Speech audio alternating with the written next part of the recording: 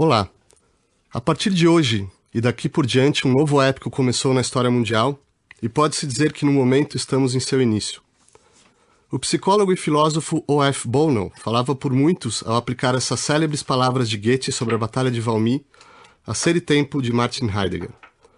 Com seu vocabulário singular e um estilo que oscila entre o êxtase e a exasperação, o livro mesmerizaria o pavilhão acadêmico no período entre guerras, ao denunciar toda a metafísica ocidental, de Platão em diante, como um grande esquecimento, articulando pela primeira vez os temas de fundo do movimento filosófico que estava destinado a ser o mais impactante de todos no imaginário cultural do século XX. Catalisado pelos instintos publicistas de intelectuais franceses como Gabriel Marcel, Merleau-Ponty e, sobretudo, Jean-Paul Sartre, em pouquíssimo tempo o existencialismo extrapolaria o universo filosófico, tanto no campo teórico quanto no prático e no estético, provocando reverberações decisivas para a psicoterapia, a teologia, as ciências sociais e as artes e letras em geral. E hoje, não há pessoa no mundo que não tenha, ao menos uma vez na vida, enfrentado angústias existenciais. Como definir um fenômeno tão difuso e dinâmico? De fato, pode-se mesmo dar um passo atrás e questionar: teria realmente existido algo como uma escola existencialista? O próprio Heidegger recusava explicitamente a denominação, bem como Albert Camus, Karl Jaspers e tantos outros tradicionalmente indexados como existencialistas. Para o crítico literário Otto Maria Carpo, o existencialismo foi, a um só tempo, uma filosofia, uma literatura e um clima de opinião. Seria então possível distinguir, paradoxalmente, a essência do existencialismo? Para discutir essas e outras questões, convidamos Juliano Garcia Peçanha, escritor, ensaísta, autor da trilogia Sabedoria do Nunca, Ignorância do Sempre e Certeza do Agora e de Instabilidade Perpétua, e doutorando em filosofia pela Universidade de São Paulo com tese sobre Peter Sloterdijk e Martin Heidegger. Vicente de Arruda Sampaio, tradutor, editor e professor de filosofia, e doutorando pela Universidade Estadual de Campinas com tese sobre Martin Heidegger e o pensamento pré-platônico. E Walter José Maria Filho, professor e doutor em filosofia pela Universidade de São Paulo, com a tese O Conceito de Razão na época de sua efetuação. Walter Maria Filho, vamos começar com esse pai relutante do existencialismo, Martin Heidegger. A gente encontra ele nos inícios, né, da sua carreira em Freiburg, junto a Edmund Husserl, que é também o fundador de uma tradição filosófica, de um método, talvez, de se fazer filosofia, conhecido como a fenomenologia. Você pode descrever para a gente em que consiste a fenomenologia do Husserl? Bem, a fenomenologia do Husserl tenta, grosso modo, é um método de ver as ideias, ver o eidos. Grosso modo, é uma maneira de se fazer com que as ideias platônicas sejam intuídas como se fosse um objeto na nossa frente, não é? E nesse ponto, esse caminho que vai levar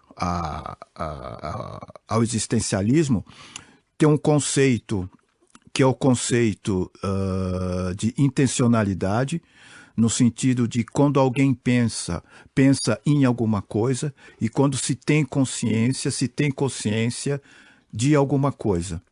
Então significa que não há essa diferença entre sujeito e objeto.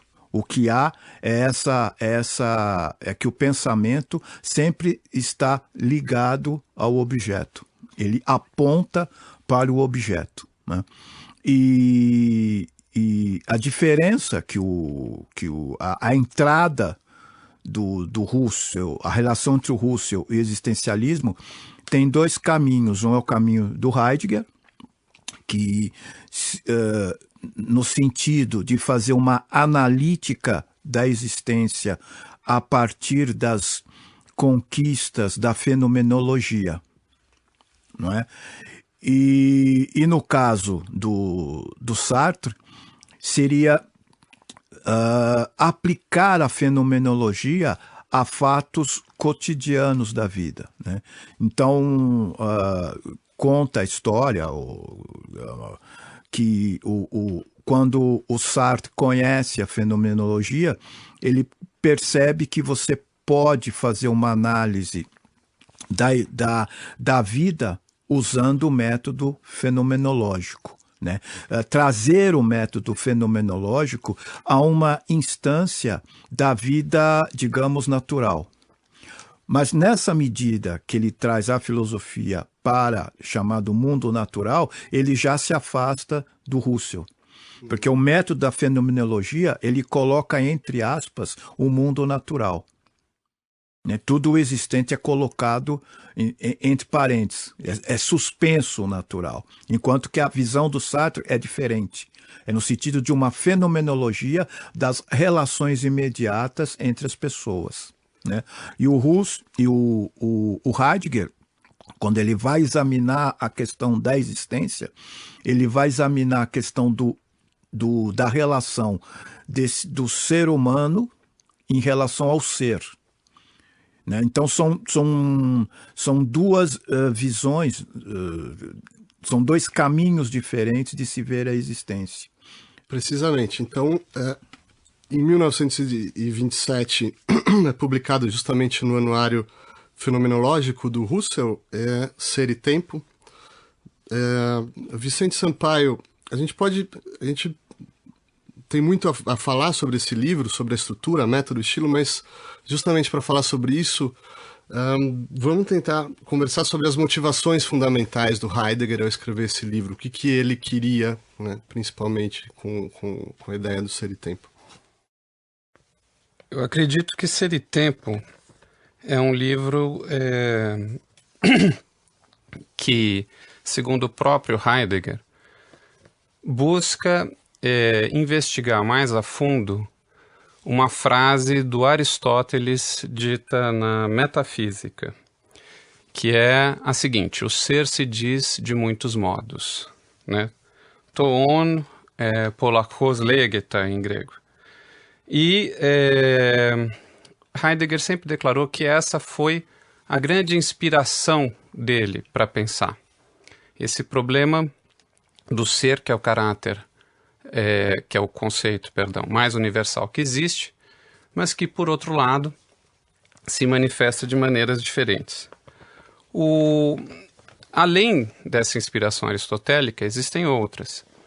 Existe a inspiração, por assim dizer, teológica, que vem da própria formação do Heidegger no seminário. Ele foi um homem que estudou para ser padre, e essas várias questões teológicas que, em larga medida, escapavam ao exercício filosófico da época, muito preso a uma filosofia de caráter epistemológico, questões propriamente transcendentais, no sentido de tratar da escatologia, dos limites da vida, da condição mortal do homem, e assim por diante, também estão presentes nesse livro, né? E, por fim, também é um elemento de inspiração as filosofias da vida, Dilthey, né? O próprio Husserl, que de uma certa maneira dialogava com Dilthey e pensava uma teoria do conhecimento que fosse mais abrangente que a do neocantismo, que é a da filosofia da época. Estou me referindo aqui, obviamente, à passagem do século XIX para o século XX. Então, resumindo, claro que seria possível elencar outras coisas. Eu diria que são três as inspirações de Heidegger ao escrever Ser e Tempo. A primeira é o pensamento aristotélico e a ontologia grega. O segundo é a teologia e o pensamento místico. E o terceiro e a terceira inspiração são as correntes filosóficas da sua época, que tentavam ir contra uma filosofia muito impregnada do positivismo científico. E é um livro que é inacabado, né? É um projeto de uma obra maior, e esse seria só o início. Agora, Juliano Peçanha, dentro dessa exposição que o Vicente acaba de fazer para a gente, se a gente olha o livro, a estrutura, né, do livro, a primeira parte diz análise preparatória fundamental do Dasein. A segunda parte, Dasein, a temporalidade. Né? Eu sei que é um termo que dá trabalho aos tradutores, mas parece ser muito fundamental, né, para esse livro. O que é exatamente esse conceito, né, esse termo de Dasein? Eu também dialogando com os dois colegas aí, né, falar também, responder isso, e acho que um pouco, né, que muitas pessoas falam, bom, Heidegger e Husserl, muitos advogam uma continuidade, outros dizem que é uma ruptura, né.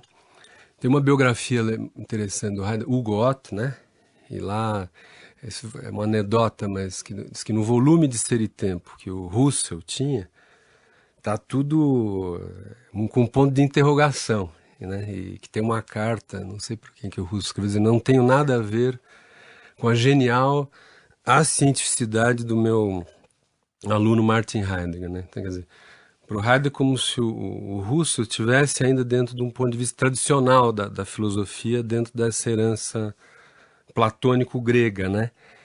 E o Heidegger, ele até diz isso, que o mestre dele, Husserl, não tinha a angústia da história, o senso da historicidade. Fazia filosofia da maneira tradicional, guiado assim por uma ideia de um ver teórico, né, que vai contemplar essências, né, que seria o ponto de partida grego. Assim, eu estou sentado numa poltrona e identifico itens a essência das coisas pela aspectualidade delas, né? E a abertura, assim, para o mundo dada exatamente pelo logos, pelo conceito, né? E o Heidegger vai dizer, não, essa abertura para o mundo já está dada antes disso. Quer dizer, eu sento aqui nessa cadeira, estou com vocês. Não é que eu estou discriminando ocularmente entidades, né? Eu estou me movendo, assim, sentando, né? Então eu vejo uma ruptura do Heidegger com o Husserl nesse sentido tudo que é essencial para o olhar husserliano, o Heidegger está desconfiando, né? Quer dizer, no que você me perguntou sobre esse Dasein, né? Isso é uma coisa que todo mundo tira sarro, né? Pois é. É o estar aí, né? Que é uma gíria dos anos 70, estamos aí, né? Que é essa ideia de uma abertura para o outro, para mim mesmo e para o mundo, essa tríplice abertura, onde o canal dela não é teorético, né? Então eu já estou aberto para mim mesmo, que possibilita uma analítica da existência, sei lá, até fazer uma análise, né? Para o outro e para o mundo. E essa abertura, ela é, vamos dizer, a minha maneira de ser, né? Vicente quer falar. Não, só pegar o gancho do Juliano, que colocou muito bem essa diferença entre o Husserl e o Heidegger, que eu acho importante, só para marcá-la. Como ele colocou, a fenomenologia do Husserl, ela é essencialmente transcendental e teórica. Então ela analisa, a princípio, sem preconceitos, as experiências diretas, tentando se libertar de certos pressupostos da psicologia, da lógica, para chegar a conceitos mais solidamente a priori, ou seja, anteriores à experiência, que estruturam a experiência. Mas a visão do Husserl é essencialmente mentalista, por assim dizer, num sentido geral, não técnico. Ou seja, ele busca elaborar os conceitos fundamentais que estruturam a consciência do ponto de vista lógico. E o que o Juliano colocou com muita felicidade, que é fundamental, é o seguinte: o Heidegger rompe com esse paradigma e muda a perspectiva. A análise do ser humano e da experiência humana parte da praxis e não da relação sujeito-objeto. Então, de antemão, o homem vive numa abertura e já se movimenta no mundo. A relação sujeito-objeto, ao invés de ser anterior a isso, ela é posterior a isso. Agora, Walter, vou colocar em termos simplistas, tá, mas... Deixa eu só colocar um ponto, que tem um livro muito importante do Heidegger, que se chama A Ideia do Ser em Kant, né? A questão do ser em Kant, que é um texto lindo, porque é muito simples. Ele diz, o Kant diz, ser não é um predicado, ou seja, o ser, uma caneta, pode ser azul, pode ser verde, mas a existência da caneta você não vê, você não toca. Então o ser, ele não é um predicado, o ser é uma posição. Nesse momento, o Heidegger lendo esse texto, que ele não força o texto do Kant, o texto é esse mesmo, ele vai dizer que o ser é posição, ou seja, o ser é Dasein. Né? O ser é uma posição, é um lugar, não é algo que o Heidegger vai dizer, o Heidegger às vezes era bem camponês, né? Não é algo que você carrega nas costas, não é? Não é uma coisa que você carrega nas costas, que você compra, não, você já está nele. A partir desse ponto, você pode, toda a problemática que o Heidegger vai ter no ser e tempo, você já pode pensar a partir daí. O ser como posição, como Dasein. É como se você estivesse num lugar, você diz, estou aqui. É como toda aquela coisa, o projeto de ser jogado no mundo, começa exatamente nessa constatação, que o ser não é um predicado real. Eu estou acompanhando essa discussão e eu queria perguntar para vocês se, quando a gente faz essa comparação entre Husserl e Heidegger, eu poderia dizer em termos simplistas que a gente está vendo uma posição essencialista por parte do Husserl e já uma atitude existencialista por parte do Heidegger, ou não é exatamente assim? Não, Isso não. é complicado. Juliana. Não, essa é difícil responder, eu vou tentar passar também a bola para os colegas, né? E até uma parte interessante, que acho que um dos primeiros livros na França sobre Heidegger e Husserl não tem a ver com o Sartre, com essas questões, é do Emmanuel Levinas, acho que é de 1936, é um livro muito bom, que mostra que ele chama Descobrindo a Existência com Husserl e Heidegger. Você vê que ele tinha entendido tudo no momento onde o pessoal não tinha ainda digerido, né?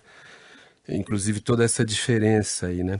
Eu não sei, para mim, né, até no folclore heideggeriano, dizem que o Husserl, quando ele viu o Heidegger lá nos corredores de Freiburg, ele tinha um pouco de medo do aluno dele, Martin Heidegger. Tinha um olhar assim mais...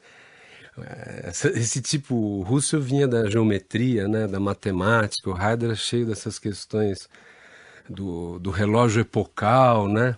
Angústia, né? Quer dizer, tudo aquilo que o ver husserliano fenomenológico via, para o Heidegger esse ver, ele era cego para as coisas que era necessário ver. Por exemplo, o modo do dar-se originário dos entes é como instrumento, como o Vicente falou, né? Então não é como algo meramente dado, que é de onde partia a fenomenologia husserliana, né?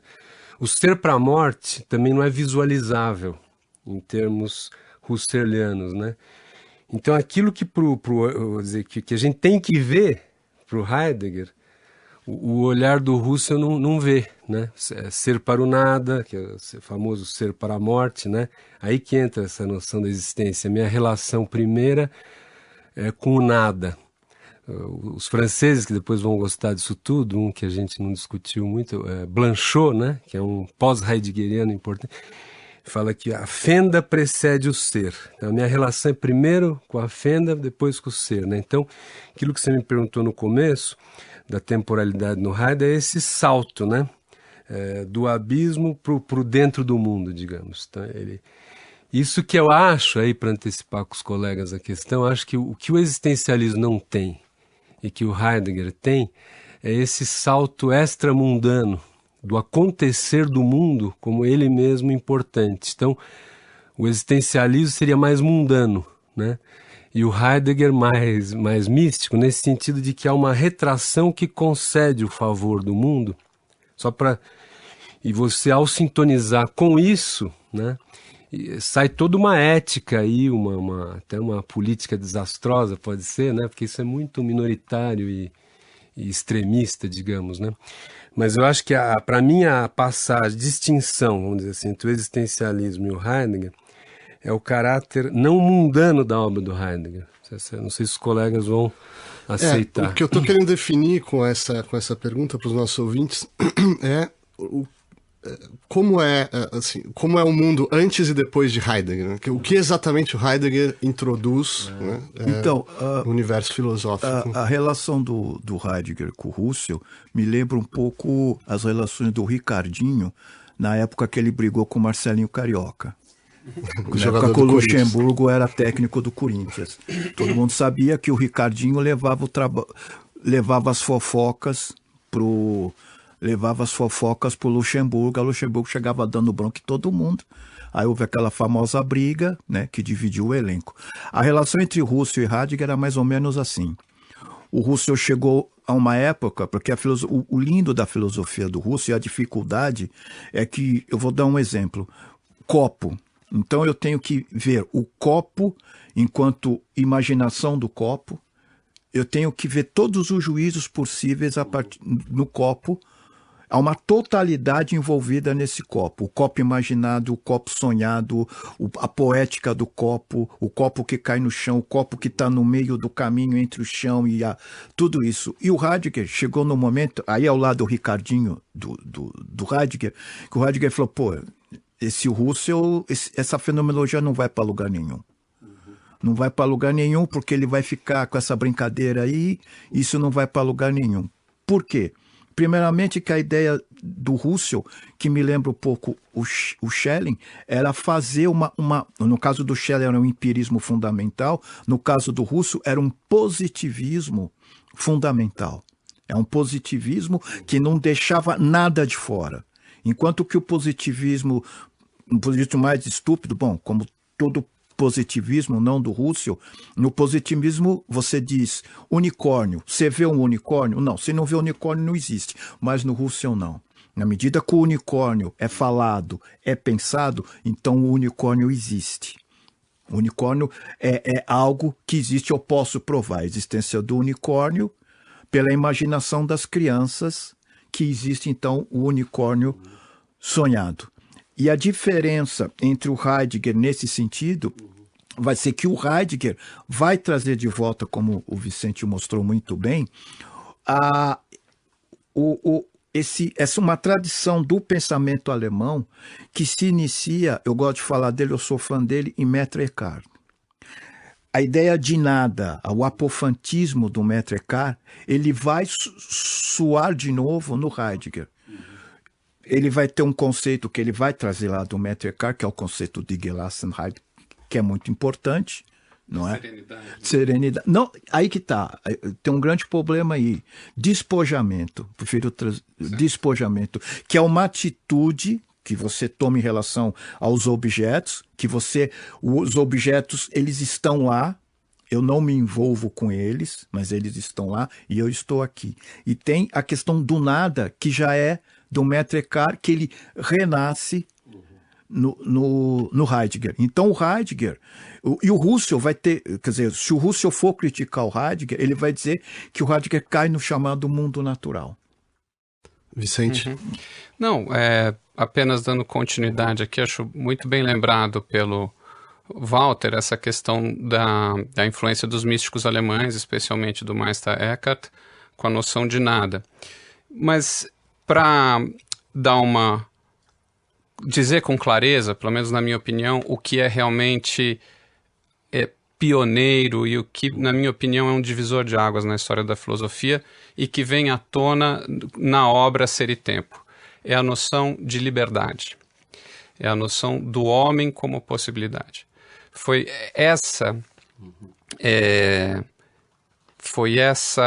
exposição do homem como um ente que é essencialmente liberdade e, como tal, é tempo num sentido ainda mais fundamental do que corpo no espaço, é isso que realmente criou todo o existencialismo, por exemplo, e que, em larga medida, é muito importante para toda e qualquer filosofia que se pretenda histórica a partir de então. E aí nós temos a forte influência do Heidegger sobre um certo marxismo, hegelianismo, sobre também, por exemplo, a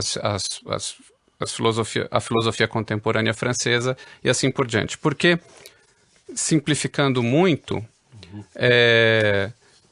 para Heidegger, e ele busca mostrar isso através de análises do cotidiano do homem em Ser e Tempo, O Dasein, o ser aí, se define como a presença numa situação que é essencialmente temporal, é um feixe de temporalidades. Então o homem é para constituir a sua presença num lugar, ele está estruturando temporalidades, passado, presente e futuro. E a mais essencial das projeções temporais do homem é o futuro. O homem é, antes de tudo, um lançamento para a incerteza, para a possibilidade. Essa definição do homem como possibilidade é, na minha opinião, o grande legado do Heidegger para o pensamento. O projeto, o homem enquanto projeto, né? Exato. Juliano, eu quero propor uma digressão aqui, porque se falou do Meister Eckhart, e vocês podem falar de outros pensadores que foram influentes pro existencialismo, a gente poderia ir para Rousseau, Pascal, Agostinho, Sócrates, mas no fim do século XIX você tem duas figuras, Kierkegaard e Nietzsche, né? O Jean Wahl, por exemplo, diz: Heidegger se move no mundo de Kierkegaard com os sentimentos de Nietzsche e no mundo de Nietzsche com os sentimentos de Kierkegaard. A gente tem dois pensadores que enfatizam muito fortemente a subjetividade, que criticam o racionalismo e o positivismo, mas que têm motivações completamente opostas, né? O Kierkegaard com a subjetividade que se expressa, o que se vem à tona diante de um Deus cristão paradoxal, né, que pode até contrariar a moral, no Cavaleiro da Fé e a ideia toda dele, e o Nietzsche justamente com a morte desse Deus cristão, né? Eu queria que a gente falasse um pouco sobre essas origens do existencialismo, em especial esses dois pensadores que me parecem vão ser influentes não só no Heidegger, mas em vários outros. Tá. Tentando responder a você e também recolhendo um pouco para um fio dos colegas, né? A marca, né? do ser e tempo, no pioneirismo, como o Vicente falou, essa marca do Heidegger que faz história no século XX, né? Eu me atrevo a dizer, até quando eu estudava filosofia, o Heidegger me impressionou muito. Para mim foi essa questão decisiva, da experiência central de ser e tempo, da extimidade, né? Quer dizer, eu estou aqui agora conversando com vocês, de repente vocês começam a ficar grandes demais, ou começam a me assustar, vamos dizer assim. O sentido do mundo vai para o ralo, né? Então o ente emerge na estranheza, digamos. Esse é o lugar do Dasein, essa relação primeira com essa emergência, né? Das coisas, sem ainda esse trabalho da significatividade. Eu vejo que isso determinou muito a França filosófica, sabe? Até o Jacques Lacan incluído aí. A questão do real tem a ver com essa questão da angústia, né?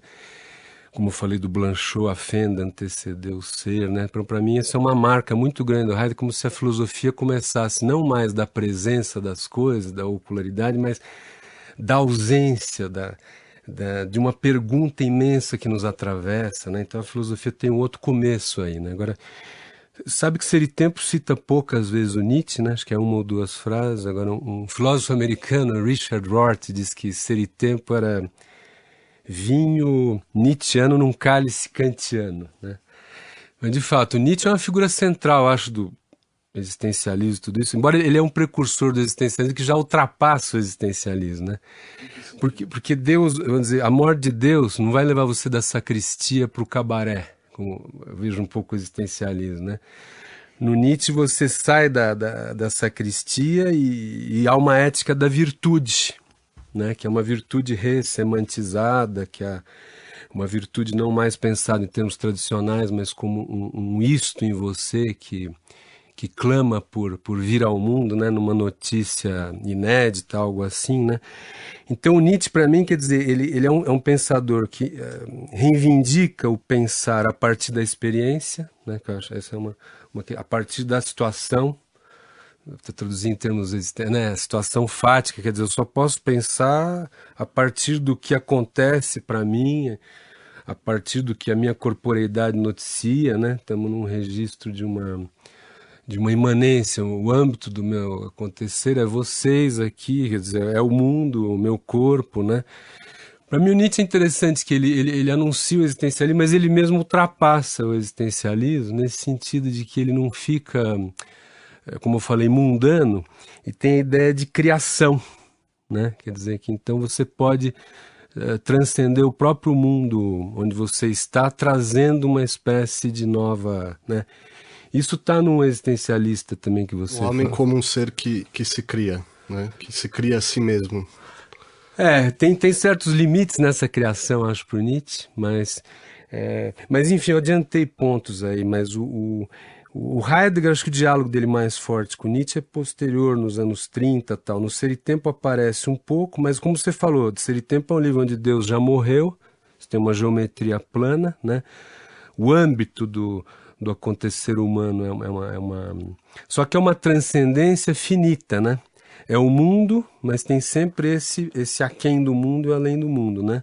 O Nietzsche é o mundo, e o mundo é como um caldeirão, assim, não tem um aquém ou um além, entendeu? Mais ou menos a diferença. Walter, a gente falou de Nietzsche, Kierkegaard e Heidegger, sobretudo, os três, e sobretudo Heidegger foi muito influente para o Jean-Paul Sartre, né? Qual é essa influência? O que o Sartre encontra no Heidegger que vai levar ele a construir toda uma nova filosofia? O Sartre, a meu ver, era um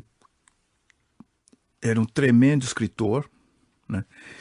E, assim, sob o ponto de vista, digamos, histórico, não no sentido forte da palavra, ele trouxe, a ideia dele, ele trouxe a filosofia alemã para o âmbito da filosofia francesa.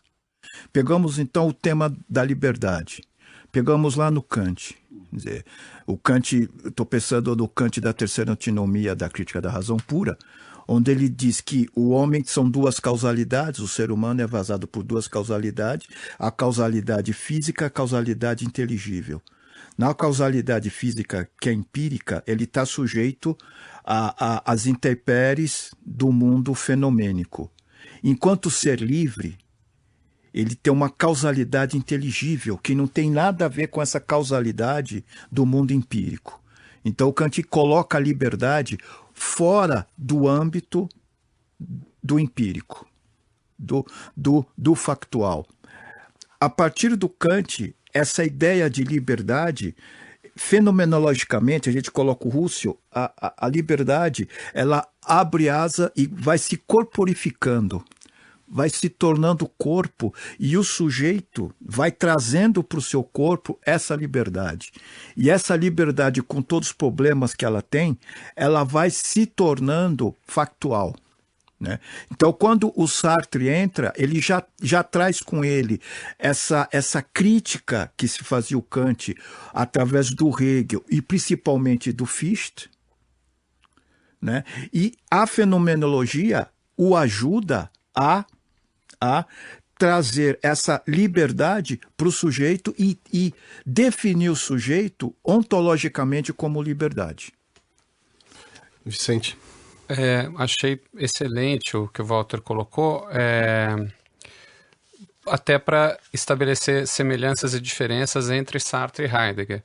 Eu acredito que existem dois textos que dialogam diretamente um com o outro e que são emblemáticos para estabelecer essa diferença.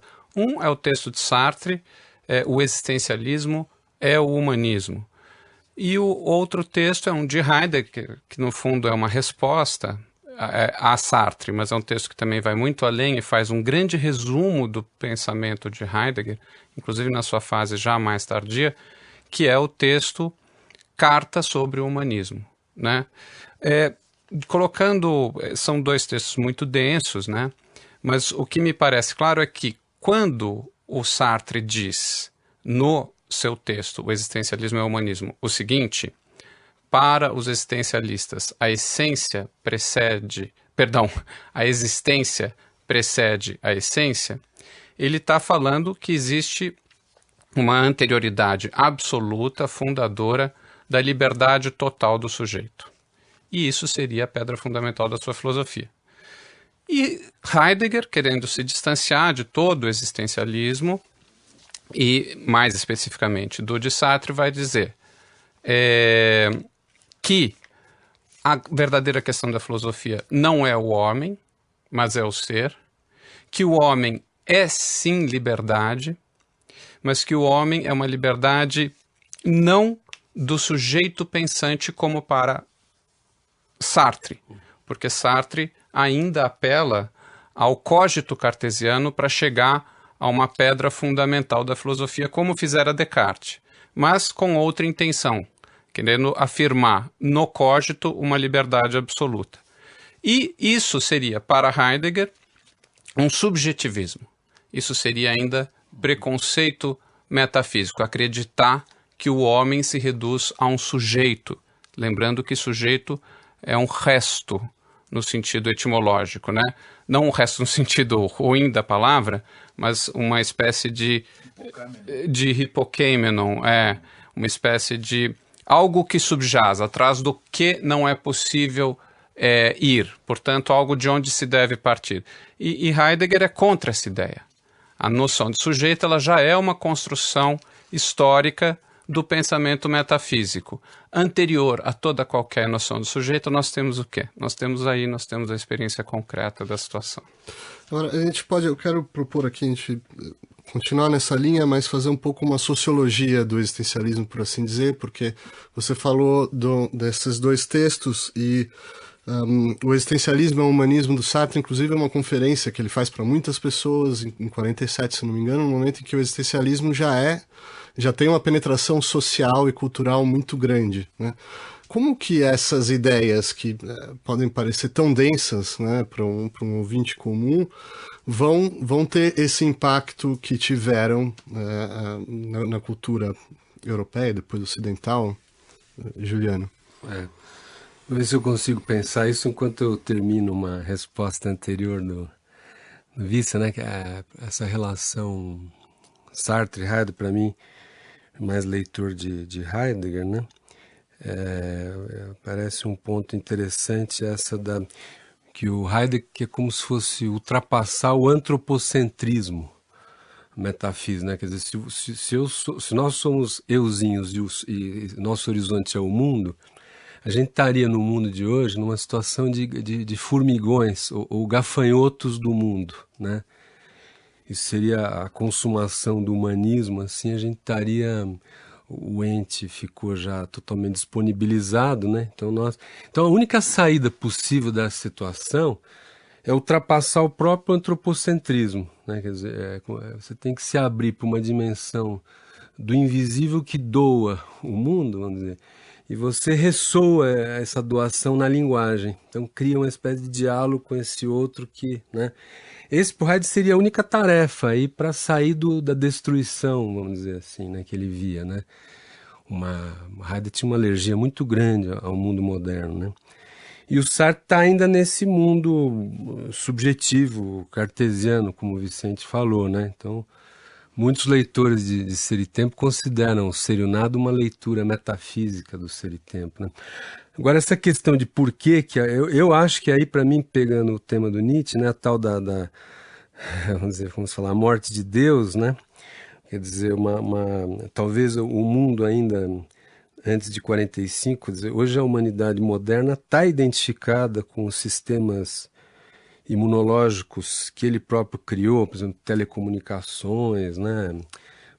Essas redes o Estado no sentido de trazer, vamos dizer, uma espécie de mimo àqueles que estão excluídos, quer dizer, todos querem adentrar nesse mundo moderno, digamos assim.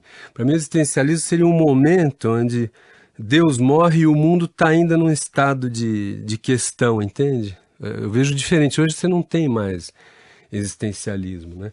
Mesmo um caráter pessimista do existencialismo teria a ver com essa também não pensou também, essa é a contribuição talvez do Sloterdijk, né?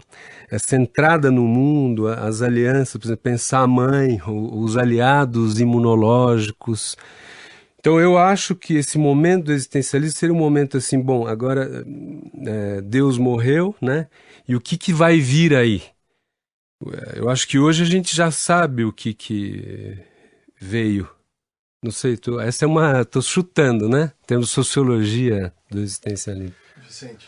Marcelo, eu acho que você colocou a questão da moda em torno da noção de existencialismo, e o Juliano fez uma análise bem profunda e interessante sobre o assunto, tentando tratá-lo de uma maneira mais direta e digamos, prosaica. A questão da moda é citada pelo próprio Sartre ao escrever o Existencialismo é o Humanismo em 1940 e agora posso estar enganado, acho que foi 45 ou 46. 46, exatamente. E lá ele diz, olha, o próprio existencialismo se tornou uma moda e, portanto, eu vou falar aqui, como você disse, esse texto é originalmente uma conferência, eu vou falar aqui para um público mais amplo para ir contra, digamos, os mal-entendidos que uma moda pode provocar, né? No entanto, e isso é sempre complicado quando a filosofia vai ao grande público. Ela não pode deixar de ir, mas ir ao grande público significa sacrificar muito do seu rigor, né? Nesse sentido, eu gostaria de lembrar um fato histórico importante no Brasil, dois fatos históricos, digamos, um do meio acadêmico, outro do meio do grande público, por assim dizer. No meio acadêmico foi a vinda de Sartre para o Brasil.